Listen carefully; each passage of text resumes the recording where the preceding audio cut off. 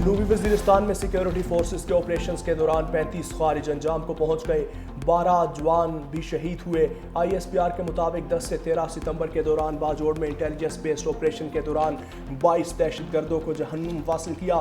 جنوبی وزیرستان میں جھڑپ کے 13 خارجی ہلاک، 12 فوجیوں نے جرت اور بہادری سے دشمن کا مقابلہ کرتے ہوئے جام شہادت نوش کیا۔ بھارتی اسپانسر دہشت گردوں سے بڑی مقدار میں اسلحہ اور گولہ بارود برآمد، ہلاک خارج دہشت گردی کی متعدد کارروائیوں میں ملوث تھے۔ افغان سرزمین کا پاکستان مخالف سرگرمیوں میں استعمال ہونا تشویشناک، پاک فوج بھارتی اسپانسر دہشت گردوں کے خاتمے کے لیے پرعزم۔ وزیراعظم اور فیلڈ مارشل سید عاصم منیر کا دورہ بنو۔ سیکیورٹی ذرائع کے مطابق فیلڈ مارشل سید عاصم منیر کا دورہ بنو میں دہشت گردی کے خلاف جاری آپریشنز کا جائزہ۔ وزیراعظم شہباز شریف بھی بنو روانہ۔ عسکری اور سیاسی قیادت کی ملاقات میں دہشت گردی کے خلاف جاری حکمت عملی سے متعلق اہم فیصلے متوقع۔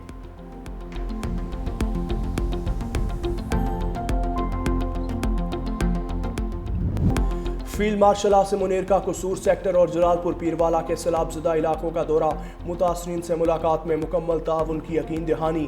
فیلڈ مارشل نے کہا، ریاست ہر سال جان و مال کے نقصانات کی متحمل نہیں ہو سکتی۔ سیلابی تباہ کاریوں سے بچاؤ کے لیے انفراسٹرکچر کی بہتری ضروری ہے۔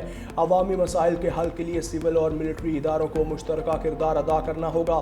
سیلاب متاثرین کی مشکلات کم کرنا ریاستی اداروں کی اولین ترجیح ہونی چاہیے۔ اقوام کو متحد ہو کر قدرتی آفات کا مقابلہ کرنا ہوگا۔ پاک فوج عوامی فلاح و بہبود کے لیے ہر سطح پر اپنا کردار ادا کرتی رہے گی۔ سیلاب متاثرین کی بحالی اور آباد کاری تک مدد جاری رکھیں گے۔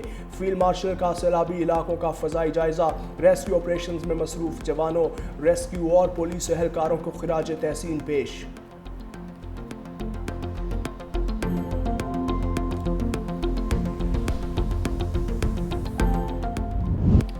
درائے جناب کے سپر بند میں شگاف سے شجاع آباد کی مزید درجنوں بستیاں ڈوب گئیں۔ بھوانا کا موزہ ساحمل بھی ملیا میٹ۔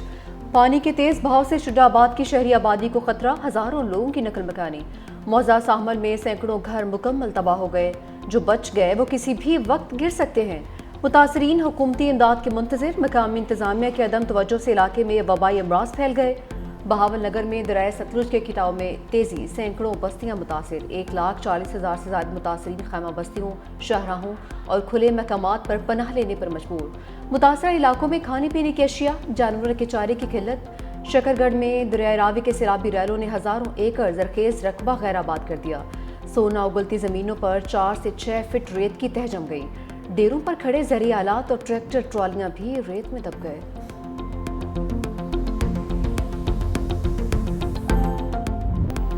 دریائے سندھ میں اونچے درجے کی سیلابی کیفیت برقرار، گڈو بیراج پر پانی کی آمد 5,49,036 kiosk record.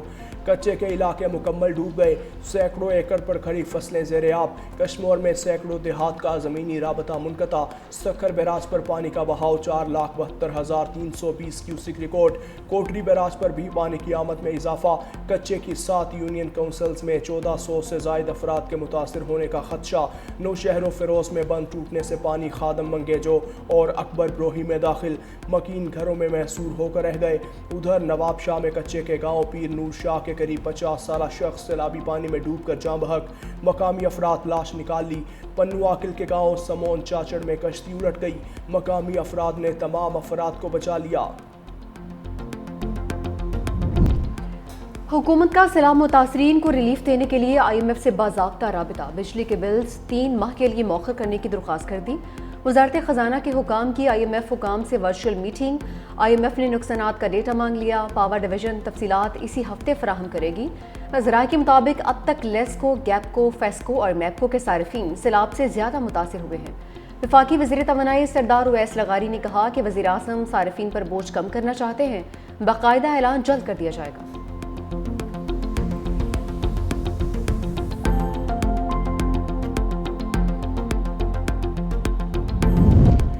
Chairman Bilawal Bhutto Zardari کا وی این سیلاب متاثرین کے لیے امید کی کرن۔ پیپلز پارٹی سیلاب زدگان کی مکمل بحالی تک چین سے نہیں بیٹھے گی۔ سندھ کے سینئر وزیر شرجیل میمن کا سیلاب متاثرین کی بحالی کے لیے بلاول بھٹو کی کاوشوں کا خیر مقدم۔ کہا چیئرمین بلاول بھٹو نے سیلاب متاثرین کے لیے اپنے ٹویٹ میں جو موقف پیش کیا وہ ان کی عوام دوستی اور دور اندیشی کی روشن مثال ہے۔ وفاقی حکومت کی جانب سے بے نظیر انکم سپورٹ پروگرام کے تحت سیلاب زدگان کے لیے ریلیف پیکج کا اعلان نہ کرنا افسوسناک ہے۔ چیئرمین بلاول بھٹو نے درست کہا کہ اقوام متحدہ کے پلیٹ فارم کے ذریعے عالمی امداد کی اپیل میں تاخیر ناقابل فہم ہے۔ Art and television can connect civilizations in Pakistan.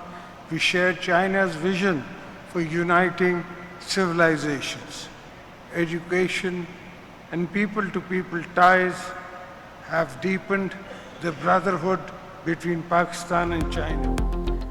پاک چین دوستی باہمی احترام اور تعاون کی بہترین مثال ہے۔ صدر آصف علی زرداری کا چنگدو میں دوسرے golden panda international cultural forum سے خطاب۔ ایوارڈ جیتنے والوں کو خراج تحسین پیش کیا۔ کہا کہ آرٹسٹوں کی تخلیقی صلاحیتیں سرحدوں کی قید سے آزاد ہوتی ہیں جو لوگوں کو متحد کرتی ہیں۔ صدر زرداری سے ممبر پولیٹیکل بیورو اور وزیر پبلسٹی ڈپارٹمنٹ لی شولی کی ملاقات بھی ہوئی۔ دو طرفہ تعاون کو سیاسی، اقتصادی اور ثقافتی شعبوں میں بڑھانے پر بات چیت۔ مسٹر شولی نے کہا کہ دونوں ممالک ہمیشہ مضبوط بھائی رہیں گے۔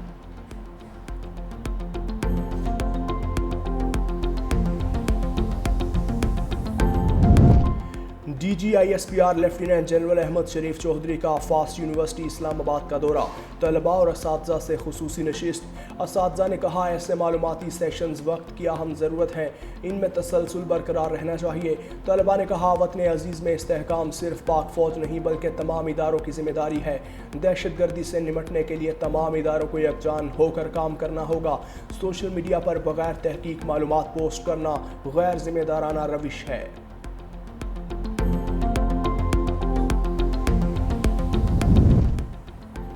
فیڈرل کانسٹیبلری کا ہیڈ کوارٹر پشاور سے اسلام آباد منتقل کرنے کا اصولی فیصلہ۔ وفاقی وزیر داخلہ محسن نقوی کی ہیڈ کوارٹرز کے لیے اراضی کی نشاندہی کی ہدایت۔ ماسٹر پلان بھی طلب کر لیا۔ C D A headquarters میں ہونے والے اجلاس میں وزیر مملکت طلعت چودھری کی بھی شرکت۔ محسن نقوی نے کہا کہ فیڈرل کانسٹیبلری کو جدید بنیادوں پر استوار کر کے منظم اور انتہائی فعال فورس بنانا چاہتے ہیں۔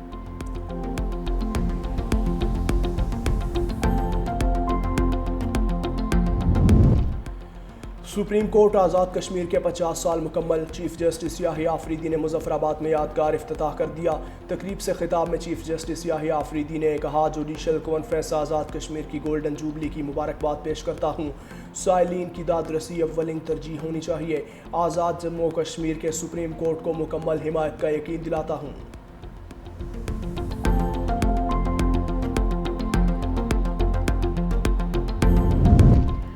کراچی کے شہریوں کے لیے خوشخبری، ہول سیل مارکیٹ میں آٹا فی کلو 10 روپے سستا ہو گیا۔ قیمت 106 روپے سے کم ہو کر 96 روپے ہو گئی۔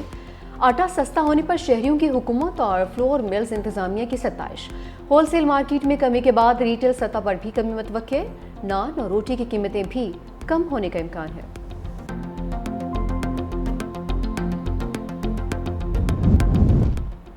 قطری وزیر اعظم عبدالرحمن الثانی کی امریکی صدر ڈونلڈ ٹرمپ سے ملاقات۔ ڈنر ٹیبل پر ہونے والی ملاقات میں بطور ثالث قطر کے کردار اور مشرق وسطیٰ کی صورتحال پر گفتگو۔ ملاقات میں صدر ٹرمپ کے ایلچی اسٹیو وٹکوف بھی شامل تھے۔ قطر کے وزیر اعظم اور وزیر خارجہ کی امریکی نائب صدر جے ڈی وینس اور وزیر خارجہ مارکو روبیو سے بھی ملاقات۔ اسرائیلی حملے، خطے کی تازہ صورتحال اور سیکیورٹی تعلقات پر تبادلہ خیال کیا۔ دوسری جانب قطری وزارت خارجہ کا کہنا ہے کہ اسرائیلی فضائی حملے کا جواب صرف قطر تک محدود نہیں رہے گا بلکہ پورے خطے کی مشترکہ پالیسی اور اتحاد کا مظہر ہوگا۔ 15 ستمبر کو عرب ممالک کی سربراہ اجلاس میں متفقہ حکمت عملی طے کی جائے گی۔ قطر پر اسرائیلی جارحیت کے خلاف OIC کا ہنگامی اجلاس 15 ستمبر کو ہوگا۔ وزیر اعظم شہباز شریف اجلاس میں شرکت کے لیے قطر جائیں گے۔ نائب وزیر اعظم اسحاق ڈار، وزیر دفاع خواجہ آصف اور عطا تارڑ بھی وزیر اعظم کے ہمراہ ہوں گے۔ نائب وزیر اعظم وزیر خارجہ اسحاق ڈار کو مصر کے وزیر خارجہ ڈاکٹر بدر کا ٹیلی فون۔ کل ہونے والے OIC وزراء خارجہ کونسل اجلاس کی تیاریوں پر گفتگو۔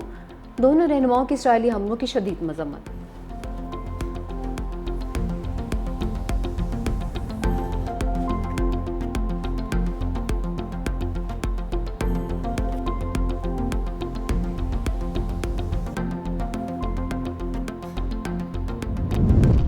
غزہ پر اسرائیلی جارحیت میں مزید 70 فلسطینی شہید ہونے والوں میں ایک ہی خاندان کے 14 افراد بھی شامل۔ صہیونی فوج نے غزہ میں 2 عمارتوں کو ملبے کا ڈھیر بنا دیا۔ اسرائیلی فوج کے مغربی کنارے میں فلسطینیوں کے گھروں پر غیر قانونی چھاپے، 1,500 سے زائد شہریوں کو حراست میں لے لیا۔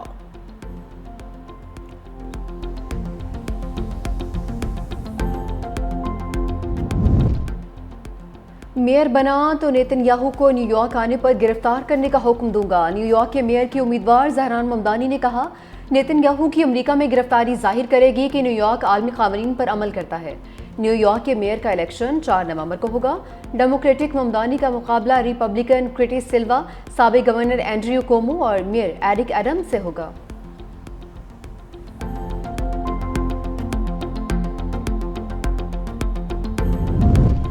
بھارت کے لیے نئی مشکل تیار، امریکہ نے G7 ممالک سے بھارت اور چین پر ٹیرف لگانے کا مطالبہ کر دیا۔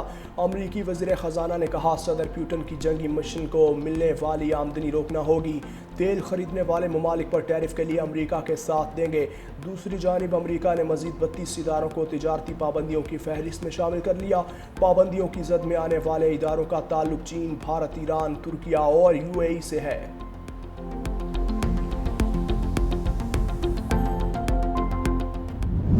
بھارتی فوجی بھی مودی سرکار کے خلاف بغاوت پر اتر آئے۔ ریاست بہار میں امارات نہ ملنے پر فوجی سڑکوں پر آ گئے، ہڑتال کی دھمکی بھی دے دی۔ پٹنہ سمیت مختلف شہروں میں وردی پہنے فوجیوں کا احتجاج۔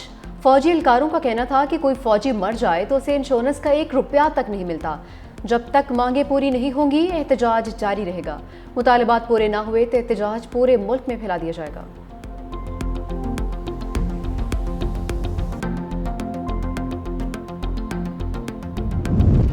افغان حکومت نے سینئر بھارتی سفارتکار ہریش کمار کو ملک بدر کر دیا۔